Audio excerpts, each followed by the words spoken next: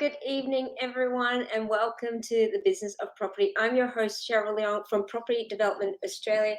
I begin today by acknowledging the traditional custodians of the land on which we virtually meet today and pay respects to elders past and present. I extend that respect to Aboriginal and Torres Strait Islander people here today. So at the Business of Property, we interview superstar guests in the property development space that share their expertise, their deals, and their stories to help empower, build, and grow our community of property developers.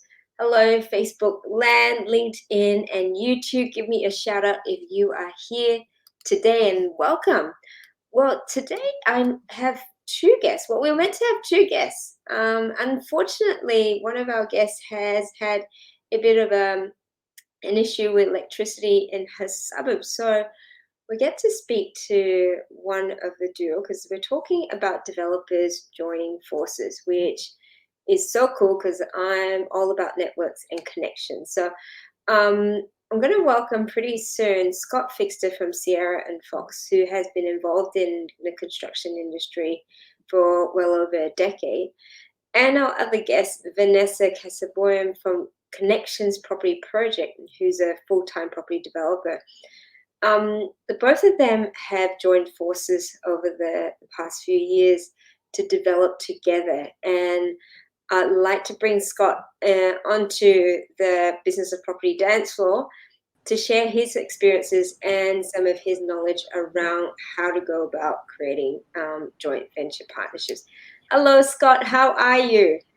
Hey, Cheryl. Yeah, good. Thanks. Thanks for having me and Vanessa. But it's a pleasure to be back.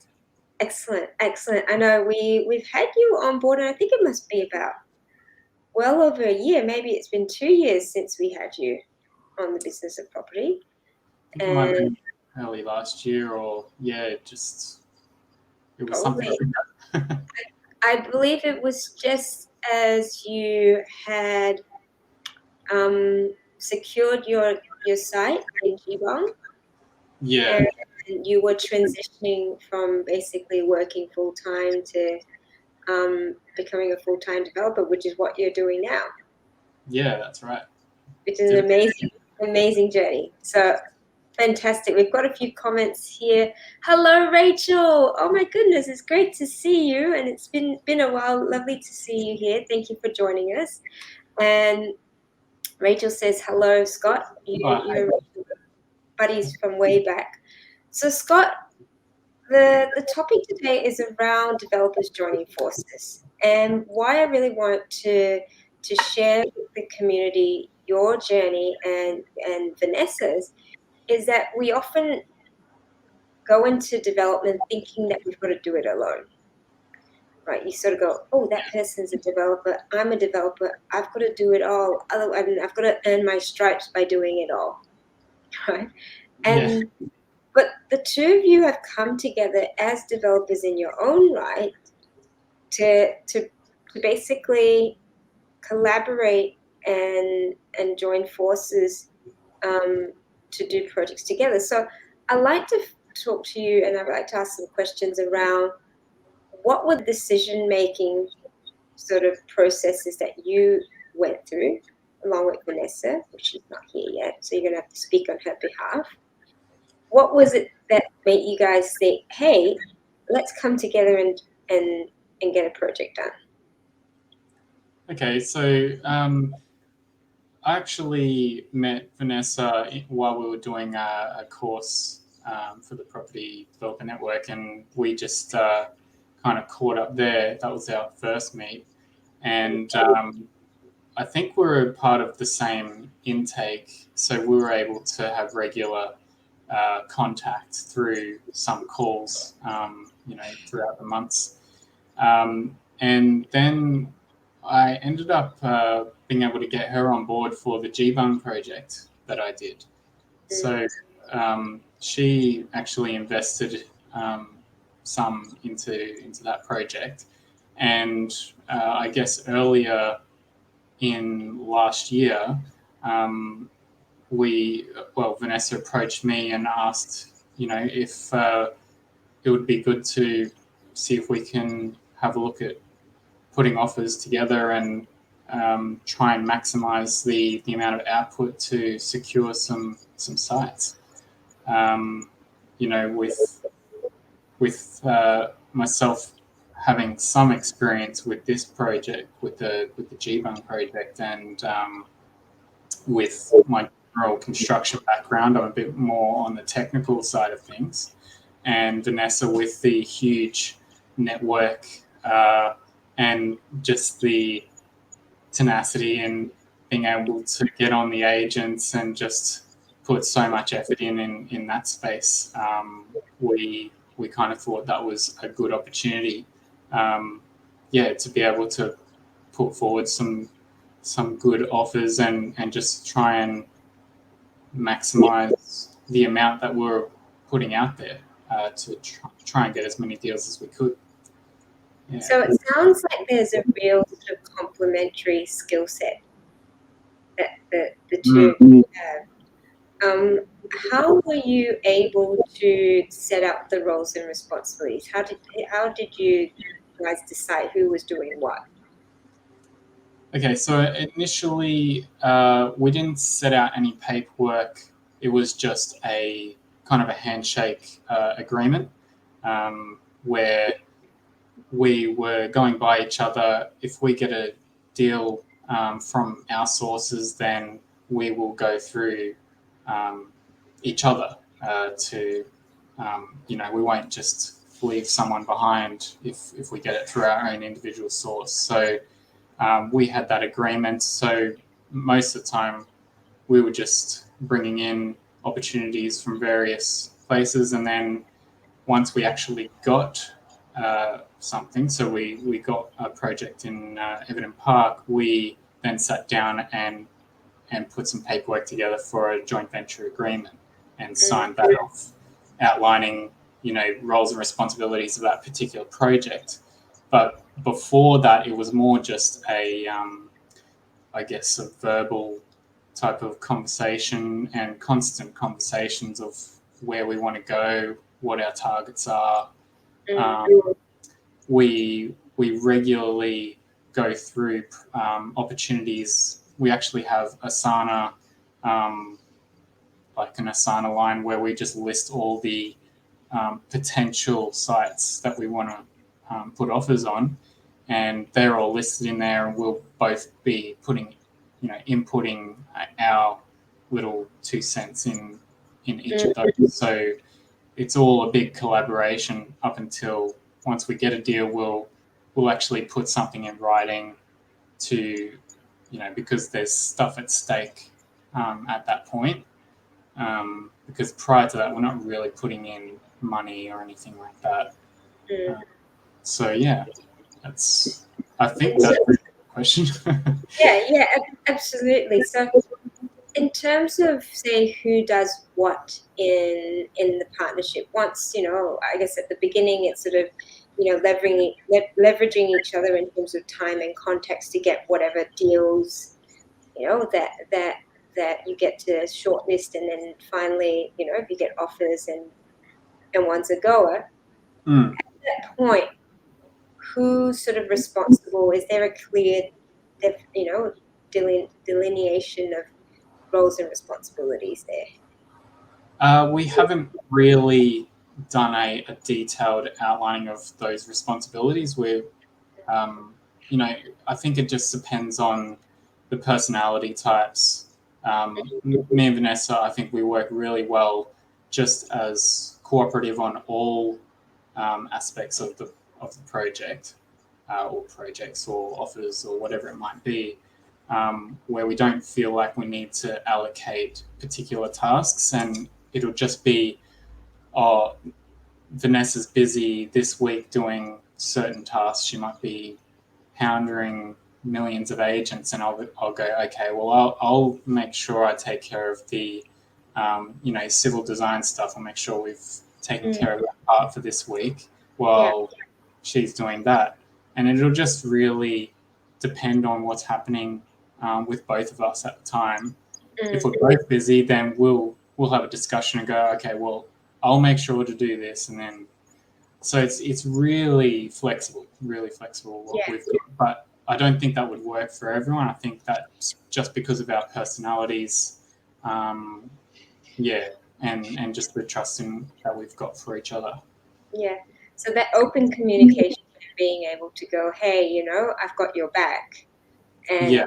it's not necessarily this is your task. You've got full responsibility over it, and you know, washing my hands. And I think that's, you know, the point that you make around having complementary sort of personalities is a really important one, because often partnerships where you've got, you know, personalities that clash, that causes conflict.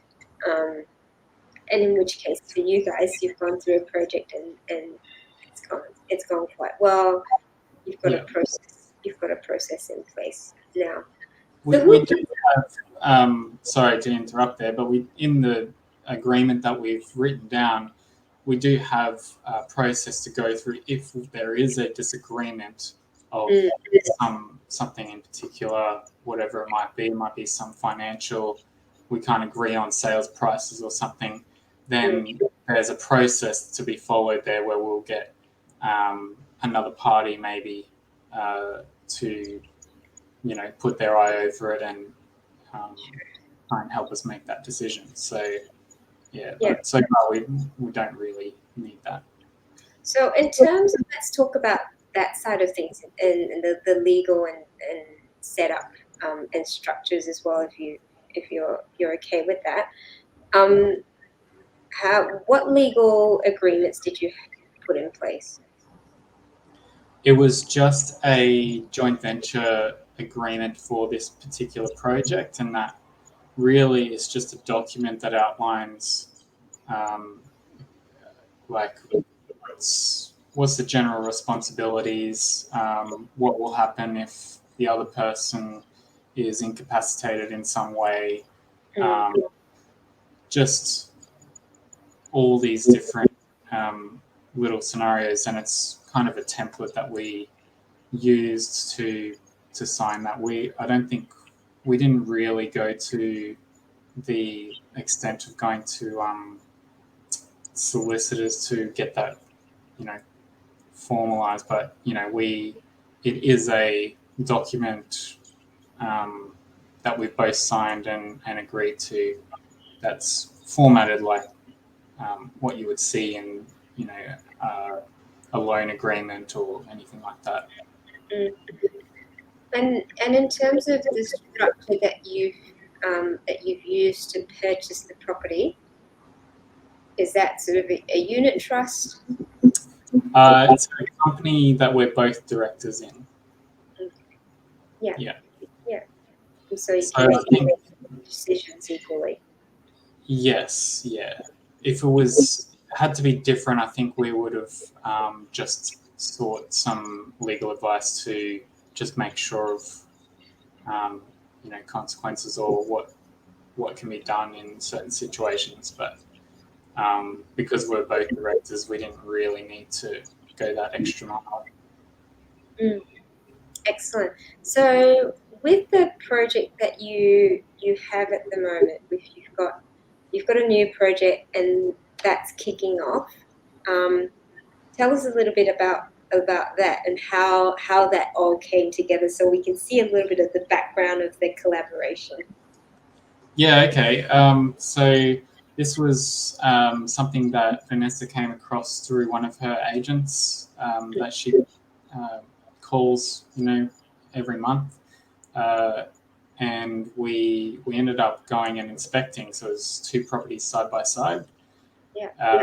So we were able to, I'm not sure if we put an offer in or if we inspected first, but I was skeptical of it at first. So I looked at it and went, slopes to the back, and I don't know, just had a lot of little issues to it. But we went ahead, and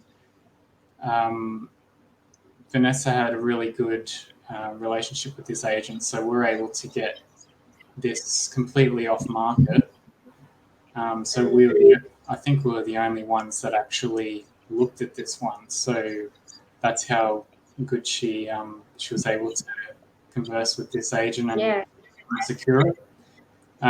Yeah, so we put an offer through after inspecting, and originally it was to do a 2 into 3, so where we would keep the 2 houses, do renovation for both, and then subdivide off the back.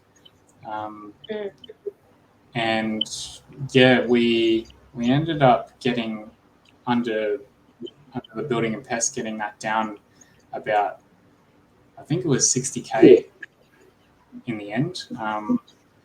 But we were also not able to keep one house. This was in a higher density area as well, so it was low to medium density.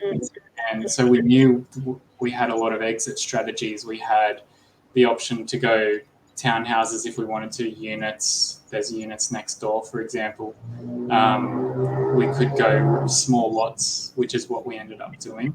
We ended up going with 2 into 4 lots, and they're 303 square meters. So that's like for Brisbane City Council, normally the minimum's 400, but that's low density residential.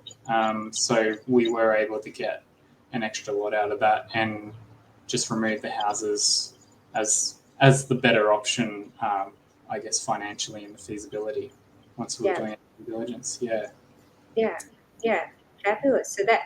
So you went through different options, and how does that decision making happen when there's you've got, say, 3 or 4 different scenarios, and you sort of go, how do you guys work out how that decision making occurs? I guess elbow you and. Well, I guess it goes back to what we discussed when we first wanted to start getting more opportunities in. We talked about what is our main strategy, because what we're taught is to focus on specific areas, one specific council, and then make sure we've only got one strategy as well. So subdivisions is what we're both going for, and that is our primary exit strategy, and mainly land as well. So builds, we've spoken about this on numerous occasions, where we don't really want to go the new build route unless we really need to. We just both prefer that we exit on land. So the subdivision strategy was always going to be number one, unless we couldn't get that to work for some reason throughout the project. So yeah, I guess that was established earlier on, where we would then discuss the feasibility when we were looking to put an offer in. We both look at all the line items and then look at that subdivision as the main strategy to exit on. And if that didn't work, we generally don't pursue other strategies to try and make it work. We'll put the offer in based on subdivision, and if that's not accepted, then we'll try and negotiate that. But if that doesn't work, we'll generally not pursue it anymore. Okay, so even though it might have the potential for townhouses or units, it's not something that you go, it's not part of our strategy, we're not experts in that. We'd rather pass it on. Yeah, that's right. Yeah. Okay. Yeah. And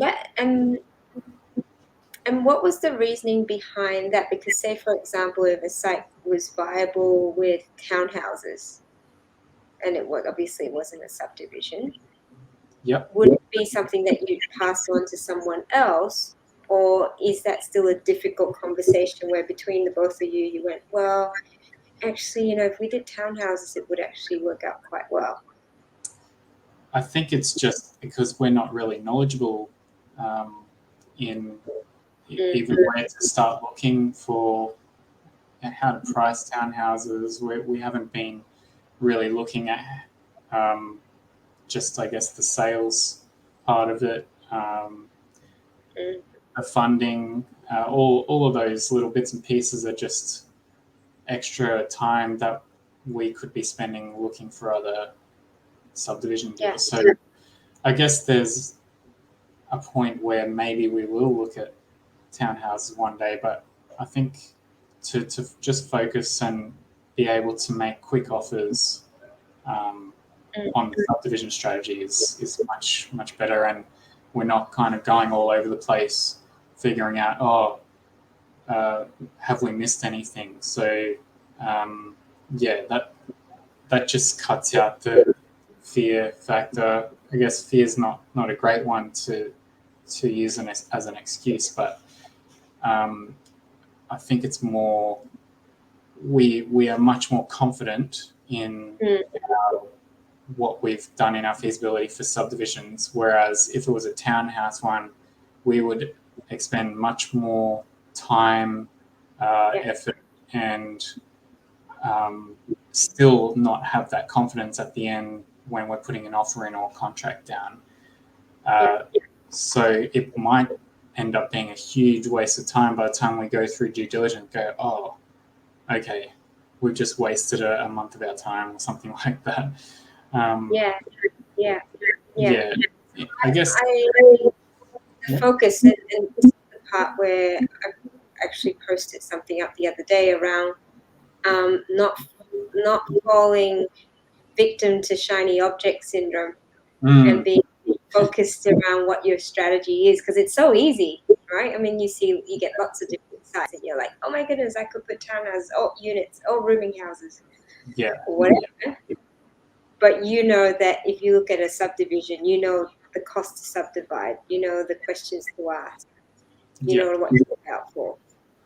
Yeah, the little anomalies that you know the planning scheme requirements for those little bits and pieces of a subdivision, and have no idea what a townhouse might come up with. Can we actually fit 3 townhouses on there, or what are the spacing requirements? You know, we don't know all that stuff. So that's a huge undertaking if we do want to try and go that way. Even builds might end up being a good option for us, but we want to know general build costs in the area, just as a backup, as another exit strategy to use, I guess, for funding and everything like that. But it's still not one we're really putting much focus in. Yeah. So where are you at with your Everton Park project? So we had a delayed settlement until January this year. We put out a contract, I think, in October last year, and we were able to get DA before settlement. We got private funding, and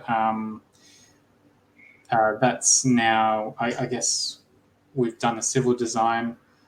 We've still got tenants in there until May, so we've allowed for that in our feasibility, but we've just got to wait until they've moved out before we can actually do the civil and demolition works.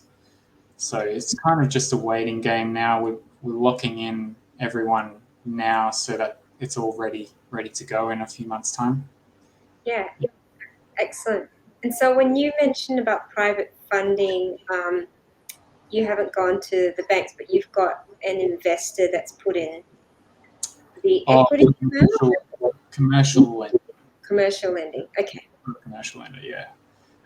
We have investors on board as well. Yeah. Brilliant. So you've been able to sort of pull all the parts together to really leverage off everyone's, whether it's they've got money, but obviously you and Vanessa bring in the expertise and the delivery side of things. So it's a real win-win for everyone there. So yeah. And then you've got from now till May to basically get all CC and everything. I don't know what you call CC in Brisbane. Is that building approval? So that's pretty much with February. Has that been completed already? Not the building approval yet. we were just kind of locking in the civil design first and seeing how that was going to go. But yeah, no, that's something we'll be working on in the next couple of weeks, just to get that organised and ready to go before then. We've already got a few certificates for, telecommunications and energetics and that type of thing. So that's all ready to go for plan sealing. And yeah, it's really just the rest is just waiting for the tenants to move out, and that'll be maybe a couple of weeks worth of work. And yeah. And it's all systems. We are actually going to start marketing a couple of the lots off the plan. So that's in the works in the next couple of weeks. Yeah. So just so I'm on the same page, did you say it was a 2 into 4, but you could only keep one property? Was that right? Well, one of them was damaged with termites and structural elements and badly weather damaged and all that type of thing. So that's when we looked at other strategies. So originally it was going to be keeping the 2 houses and subdividing off the back. But since that house, it was full of asbestos and had structural damage, to even investigate how bad the damage would have cost a fortune because there's all asbestos in there. So instead of going down that route and guessing, it was, okay, what other options do we have? And we looked at the 2 into 4 lots, vacant lots, which means we have to get rid of both houses, though the one house could potentially be moved to another site, or maybe the house demolition guys might want to take that for themselves. So that's another thing we're going to work through. It's not.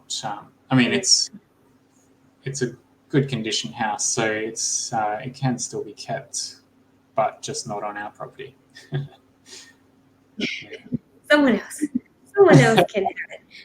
Yeah. So Scott, I'd love for you to be able to share, I guess, your top 3 tips for people looking to do a joint venture, particularly with another developer. What would be the top 3 things?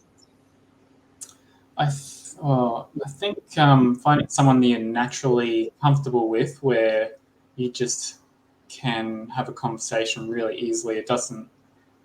You're not trying to think of questions to ask type of thing. It's just a natural, comfortable conversation. You feel,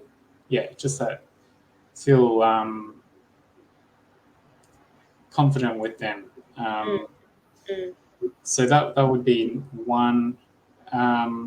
Second is just look at your personality types and really question whether they would fit in any situation. So you've got, I personally don't work well with people that are very dominant type of personalities. I tend to crawl back into a little hole and let them take care of everything because they're so dominant, and I don't want to interrupt that because I'm quite passive.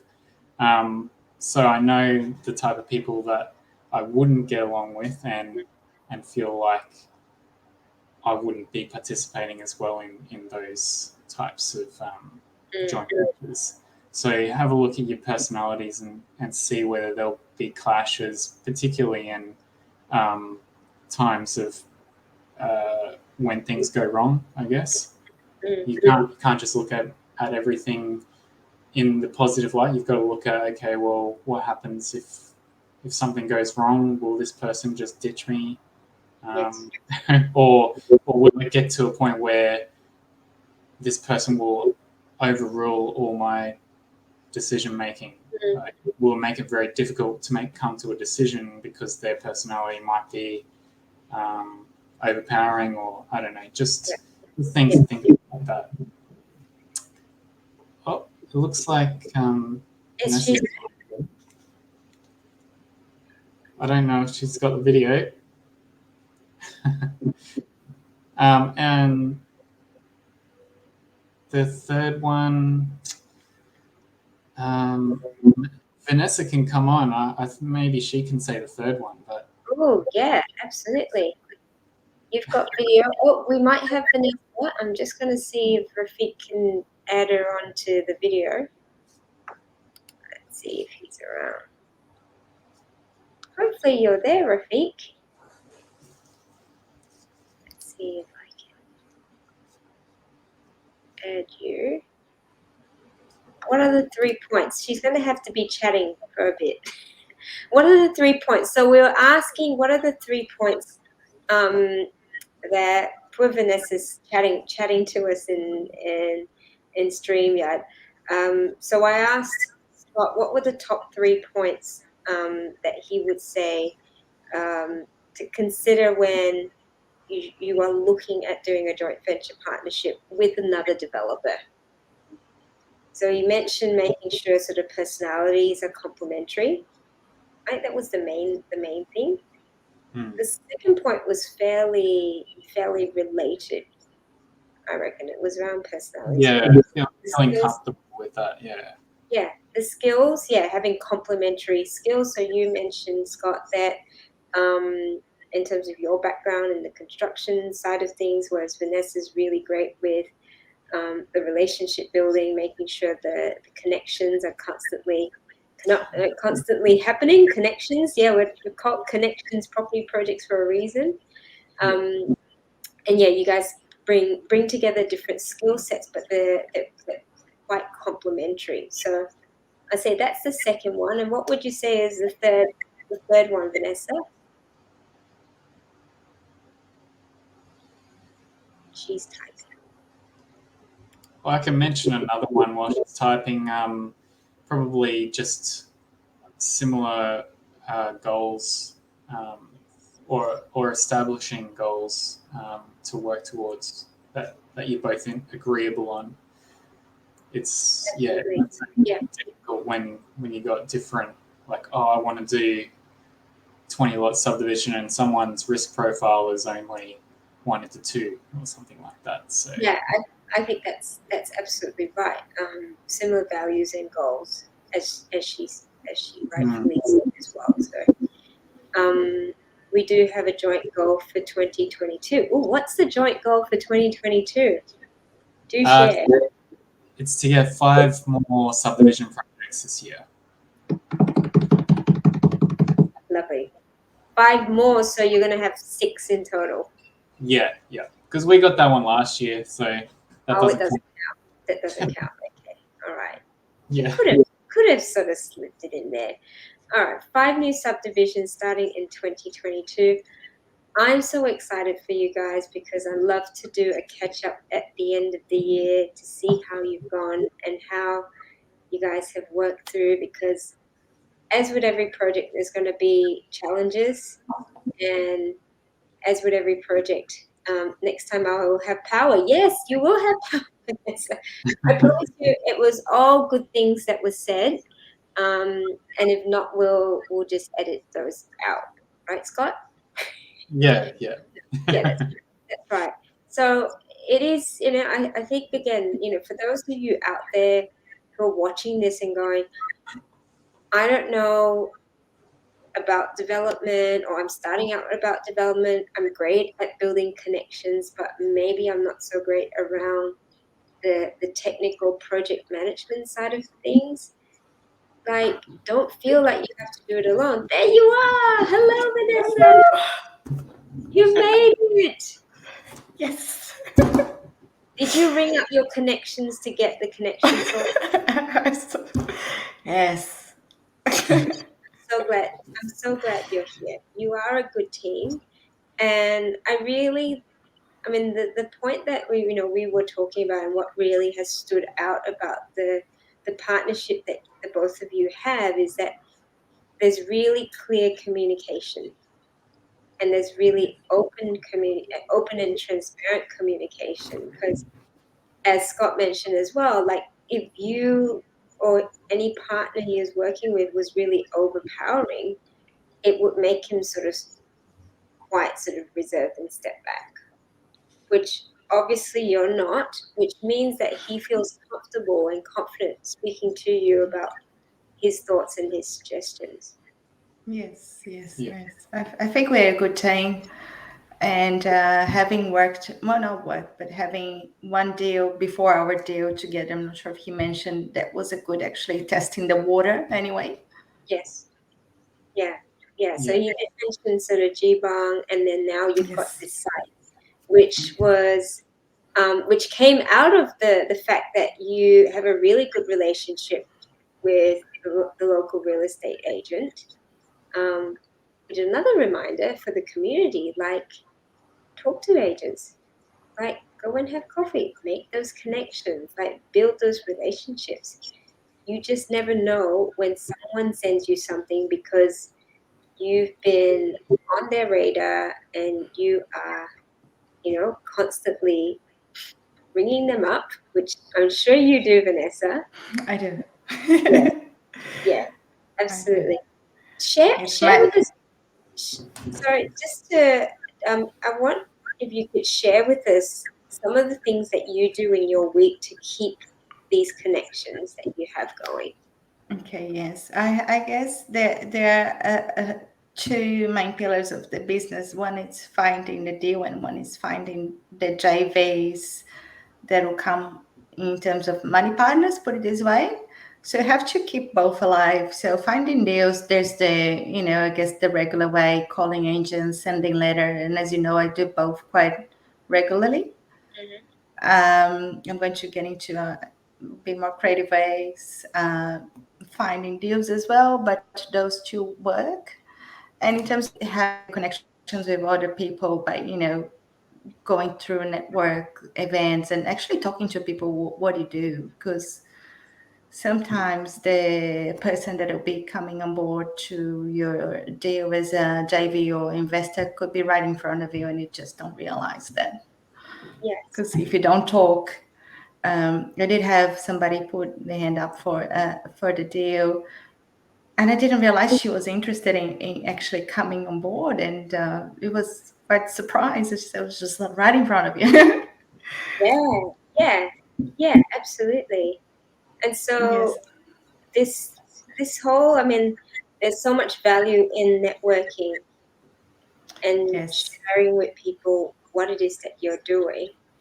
Mm. And as much as it can, when you start off, it can be quite uncomfortable. I know, Scott, for you, that was one of your challenges, going, I've got to share with people and tell them what I'm doing. And you're doing all these videos around your journey, which was incredible to watch. But Yeah, I've got to do some more. yeah, absolutely. We don't see you enough. But as part of that, people felt that they wanted to be on that journey with you. Yeah. Yes. And I see that, Vanessa, you're designed to do some videos as well, which again is, these are not things that you're generally comfortable with, or that we are, but it's part of going, all right, I'm creating this business around property development. Yes. And some parts of the business is reaching out to agents, speaking to potential joint venture partners and investors, and then all the Yes. other project management side of things. So it's great that the both of you have sort of moved out of your comfort zones to be able to, one, find sort of strength in the collaboration, but also be able to support each other and going, yeah, let's get out of our comfort zone and get out there and share with people what it is we're doing. Yes. And it's good to be talking to people what you do and just sharing the experience, what's going, well, and the challenges, because, within the communities that we are around, they're very supportive. So it's good to, let people know what you're doing, because you never know. Yeah. And I love that you've put that little note in the chat. You say 100% trust my JV. Yes. Oh. We should have done this on Valentine's Day.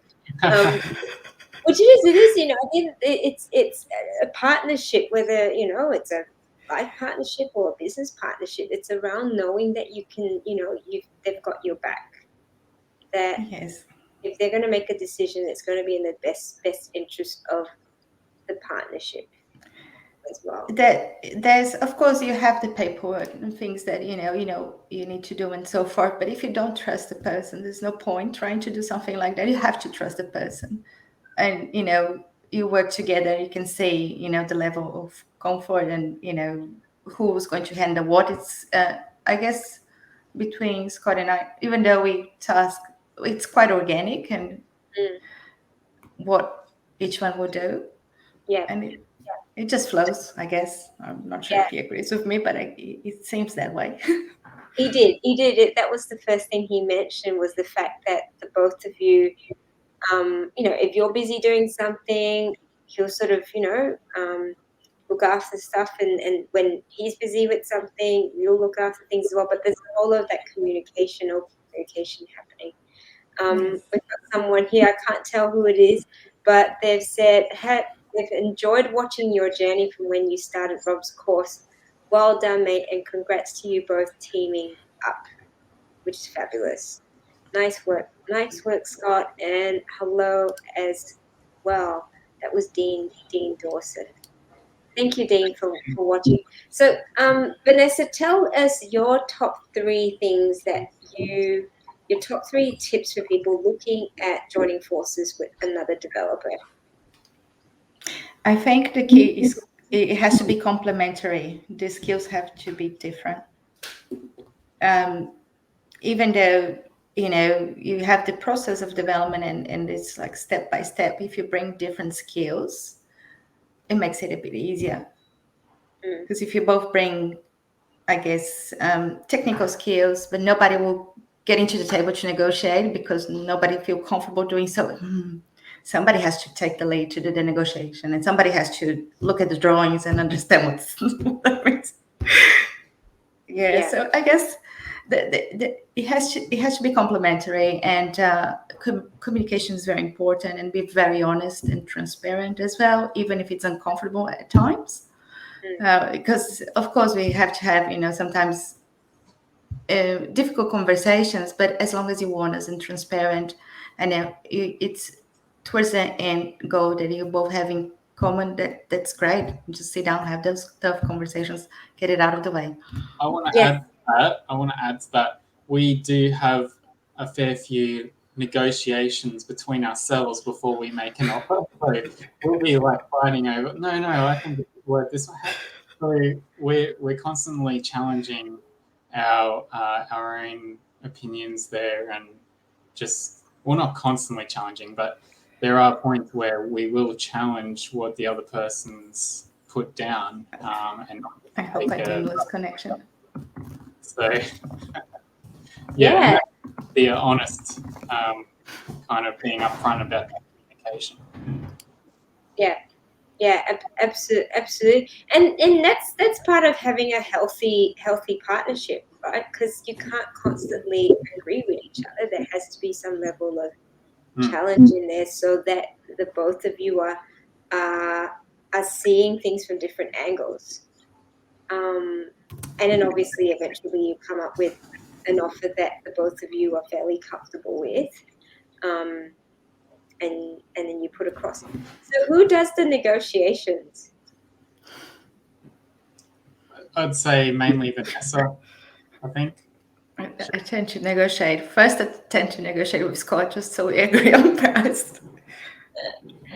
Yeah. I love it. She tests it out on Scott the guinea pig to begin with.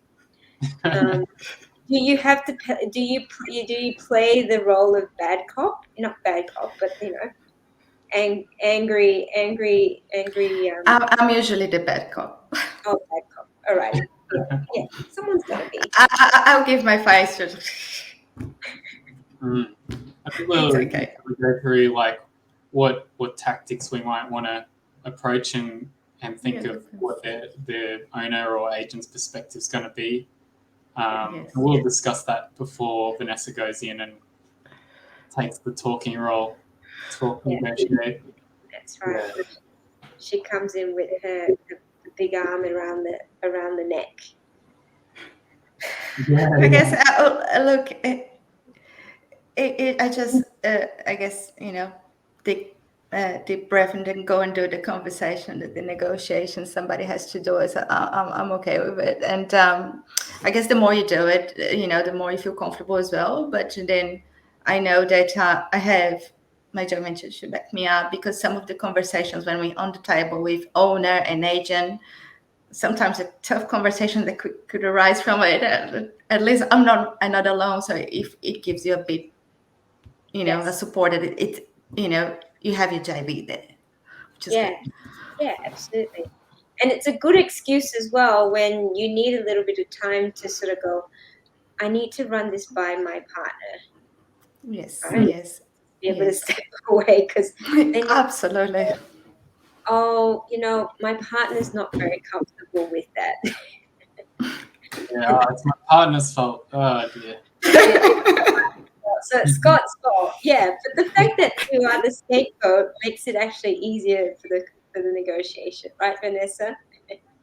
Yes, so it's good because it's having that, I guess, that support behind. And if we're not in the same place at the same time, and if it's a phone conversation that I have to take a decision, I can always say, I'm not doing that by myself. I have to consult with my business partner. I'll get back to you. So just give it as a breather. Sometimes they're like, get back to me straight away. So it's like, please contact me. But yes, no, we I guess we work well. It works. Excellent. That's fantastic. Well, I know, Vanessa, that you love catching up with people. Scott's Love it. in Brisbane. You're in Brisbane. Anyone that's in the community, I mean, honestly, the power of community and networks and connections, and this is a fine example of what can happen out of that. And more importantly, knowing that you don't have to do this whole development thing by yourself. Like, it doesn't need to be a lonely journey. You can see here you've got, two people from different backgrounds and different sort of skill sets, but it works so beautifully. And so that they can actually achieve more together, as opposed to thinking, it's a divide and conquer type thing. So I've loved seeing the collaboration there from the both of you. So well done. I'm looking forward to coming back with you in 10 months, because it's almost the end of February now. Oh, wow. We've got 10 months to secure the 5 projects, which I'm absolutely sure that you will. And I can't wait for you guys to walk us through the journey for all of them as well. So congratulations to the both of you, and all the best for the rest of the year. And thank you so much for sharing your journey with us today. And I'm so glad you were able to finally jump on board, Vanessa. Thank you. And thanks for the patience, guys, for those who are listening. Apologies for the technical difficulties. It's not my strength. Yeah, no, I'm glad you've got light. Back. Otherwise, it's going to be candles throughout the night. Yes, no, it's good. Thank you so much, Scott and Vanessa. And for anyone that wants to reach out to them, Scott's from Sierra and Fox, and Vanessa's from Connections Property Projects. They are on Facebook. Reach out, look out for their Facebook pages.